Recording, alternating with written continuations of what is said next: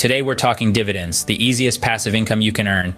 Lots of folks think you need a ton of cash to replace your salary with dividends. Not true, but how much do you realistically need? Let's break it down. When you buy a dividend stock, you get a cut of the profits paid out as dividends. Yields are usually between 1 and 10%, providing steady cash without selling any of your shares. Sweet deal. Big pros: predictability and stability. Dividends also tend to power through recessions too. You also get some tax perks as well, but we do have some cons.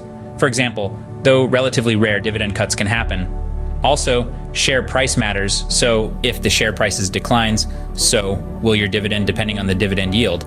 And there are some tax pitfalls depending on your tax bracket. But good news, you can replace a $50,000 a year salary with less investment than you think.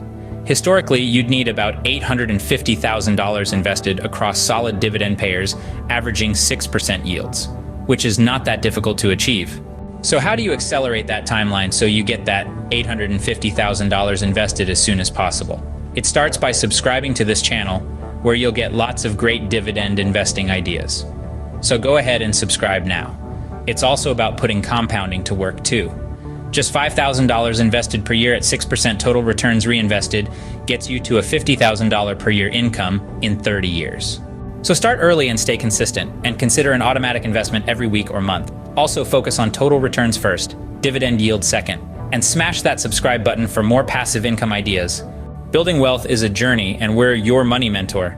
Now who's ready to get their first dividend check? Let's go.